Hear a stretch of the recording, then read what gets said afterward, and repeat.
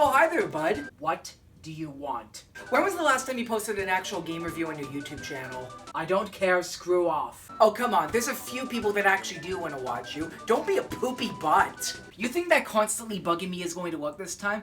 Well, you can try all you want, but nothing will convince me to continue making any more YouTube videos. I mean, like, have you seen these numbers? The YouTube algorithm is clearly against small creators, so why is there even any reason to continue? Oh, come on, man. Do you really think numbers are going to stop you, even after 7, 8, 9?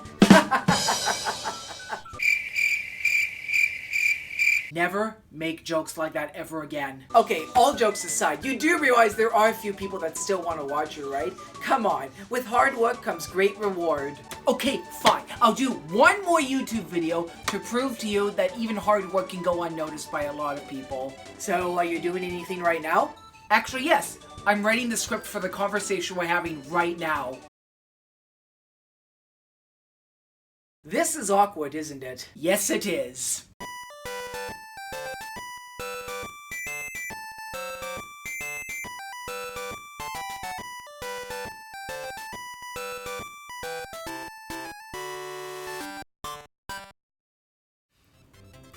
Has anyone ever thought about being a doctor, a nurse, or a surgeon?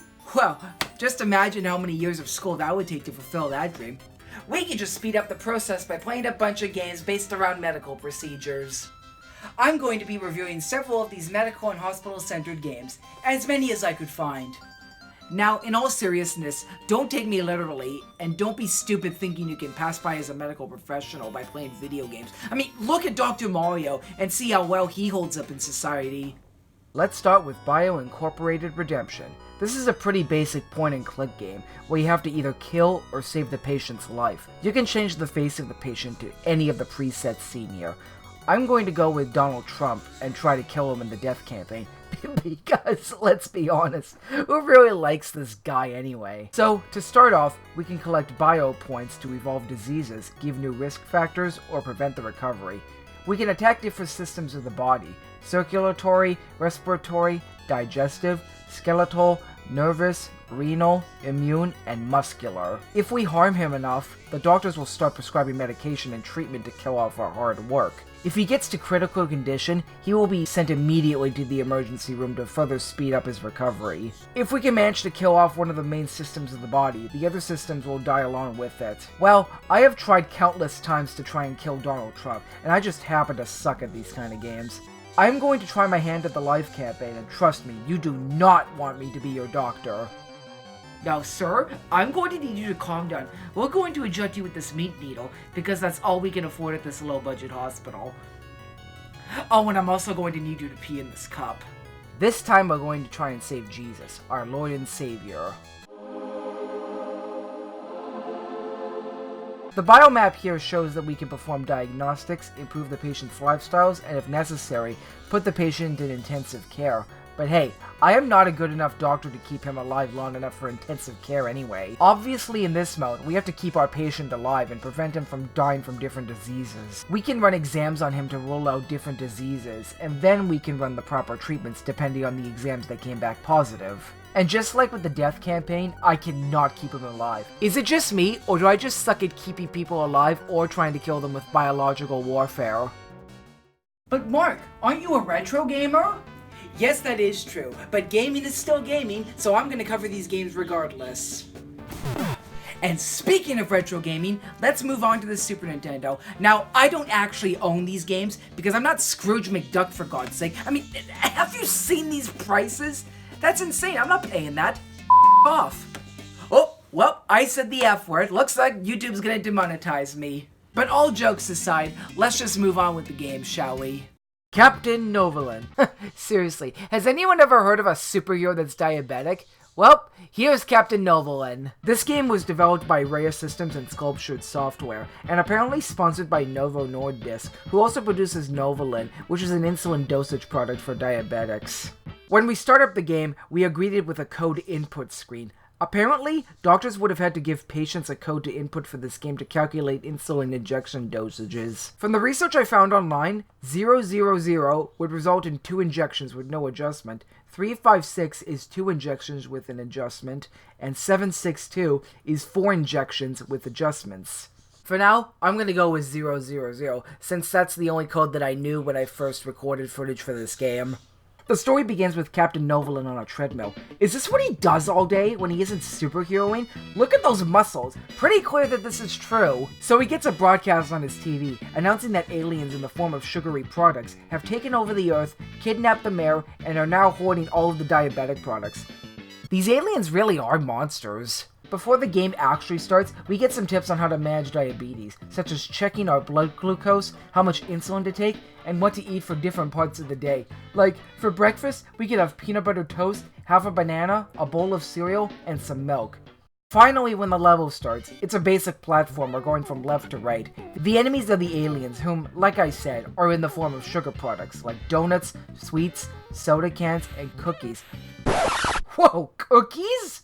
Well, I would be the most helpful sidekick to this guy, since I would just be eating all of the cookies that were trying to attack him. So, we can either try to avoid these enemies, or we can try to attack them. The only methods I really found for attacks are stomping from the top, pressing down after jumping, and rolling using down and right. These attacks can't really work half the time either.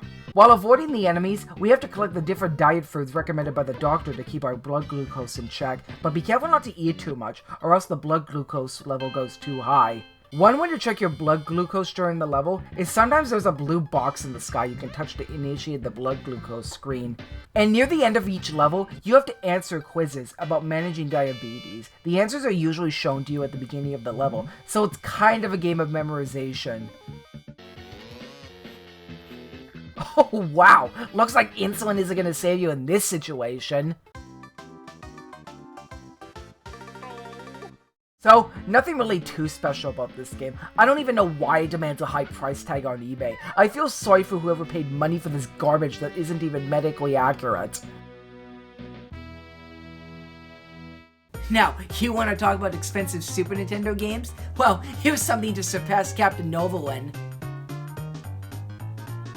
Dinosaurs! Bronchi the Bronchiosaurus. What makes this game so special? Well, it's not diabetes focused, but it is centered around managing asthma. Who knew dinosaurs could get asthma? Yeah, you thought the cause of their extinction was an asteroid or the Ice Age? Nope, it was problems with their breathing. This game was developed by Raya Systems. Yeah, the same people who made Captain Novolin. You can play as either of two characters, Bronchi or Trachy, and it seems there's a multiplayer option here, but good luck getting anyone to play a game called Bronchi the Bronchiosaurus with you. So, the story begins, and I seem to be correct on this one. The meteor did cause the dusty air for all dinosaurs. So, the dinosaurs decided to build a wind machine to keep away the dust from causing asthma to everyone. And for this game to even have a plot, someone steals all the machine parts and the dust comes back. So either one of the dinosaurs you choose to play as has to get all the parts back while learning about managing asthma along the way. Just like with Captain Novolin, we have to learn facts about asthma before even starting the actual game. Every level has different lessons about asthma management and how to use a bronchial tube, or commonly known as an inhaler. This here is another basic platformer. The only difference is, you have a bit more freedom to move around than Captain Novolin did. For some reason, for a game about asthma, the weapon of choice seems to resemble a frying pan. Feel the power of clear breathing, for I will use this frying pan! We can also attack them with our breath, but it has limited ammo, represented by lungs in the upper left corner of the screen. Again, like Captain Novolin, you have to answer quiz questions throughout every level. You can also collect inhalers, I assume for points. If you have enough patience for this game, you can actually make it to one of the bosses for a machine part. So, these are pretty much the only two Super Nintendo games that I know of that teach about medical problems, and in my opinion, they're total garbage and not even worth the eBay price that anyone would pay for them. Life Science Surgical Unit! This is a bit of an overlooked DS game, considering that the Trauma Center series was more popular when it came to medical video games. This is what I consider a surgical detective video game. Is that a new genre I invented? Somebody make that a thing, please. It was developed by Spike and published by Dreamcatcher. Both of those names, I don't even know much about them. This game feels more like a visual novel and doesn't feel like it has too much gameplay.